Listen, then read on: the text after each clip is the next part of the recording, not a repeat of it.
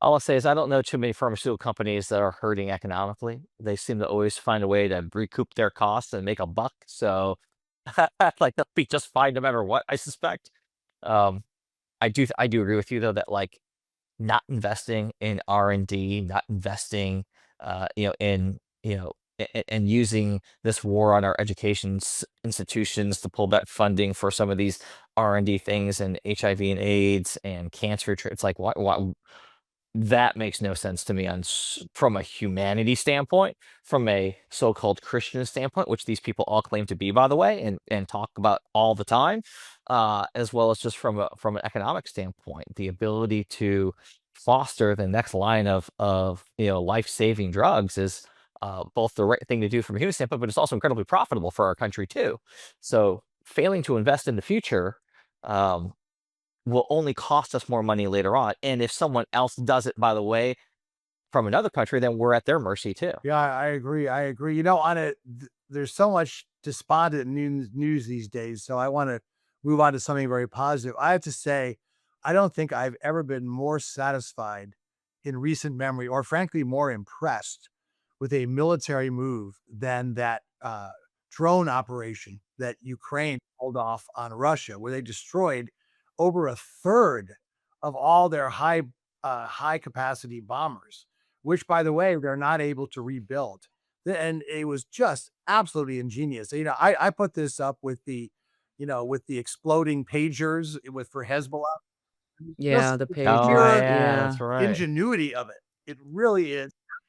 People argue that this one was even Yes. much more debilitating than even the pagers, but I think that did you see, Dave, in the last 45 minutes, I would say, that the president and Putin spoke for about an hour and a No, half, I and didn't hear that. so yeah, and the president I guess Putin told the president that he must retaliate against what happened, and pretty much, like, peace in Ukraine is, like, not happening. Well, that was always the case. What I love what's going on with Putin? All of a sudden, he's become this monster. All of a sudden, he doesn't want peace. All of a sudden, he's killing.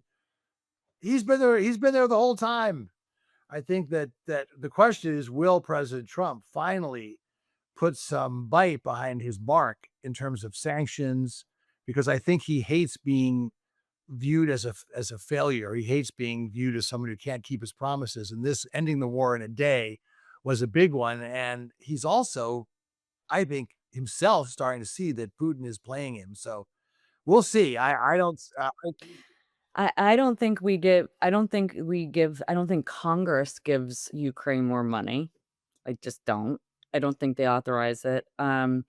I agree with you, Dave, that well, remember, and I think I've said this before, remember my old boss said he saw Putin's soul through his eyes. I mean, so he thought differently of him too. You're exactly right. I mean, I'm actually really scared to see what the retaliation is going to be from Russia on this, but also just for the people from a humanitarian perspective. But I also think that, how I think that sanctions bill would get introduced at some point, but there is just not any political flavor here for spending any more money with them. Yeah. Well, I do think though the success of Zelensky's operation it illustrates, I think, how absolutely stupid Trump and Vance look after what they did to him in the Oval Office. After Trump going, "You don't have the cards. You don't have the cards," and that whole shtick. And it's like Zelensky's sitting there going, "Oh, I got cards. I'm just not going to broadcast them on national television like a moron because that's not how military strategy works, you dumbass." And and Zelensky has shown like he is a effective, brilliant, and capable leader, commander in chief in his own right. The fact that this operation was pulled off, planned for a year and a half, and executed flawlessly, and struck very real, legitimate damage to Russia's military.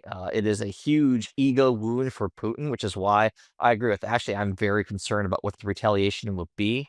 Um, I do think it's possible that the retaliation is so draconian, and so brutal that it could serve to rally, uh, more of a political appetite to support Ukraine, not just here, but around the world, depending on how far Putin goes.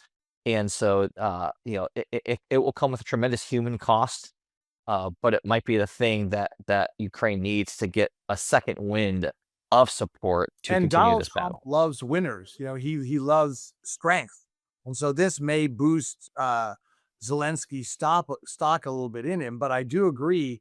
I'm I'd say I'm not quite sure that the funding won't get more funding won't get approved, but I think there's a good chance that it won't. But really, for me, the key issue is even if they don't approve the funding, as long as they continue to allow intelligence sharing and cooperation on other fronts, then I think, and intelligence sharing, and they allowed Europe to transfer weapons that they would buy from us and then give to you.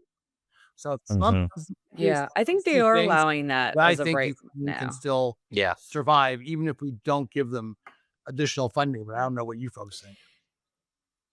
Yeah, no, I think they do allow that nowadays, but here's the thing, Kurt, going back to your point for a second, there is absolutely no way that the Ukraine did that on their own for the last year and a half. So I would assume that the United States, even though they were saying that we weren't involved at all,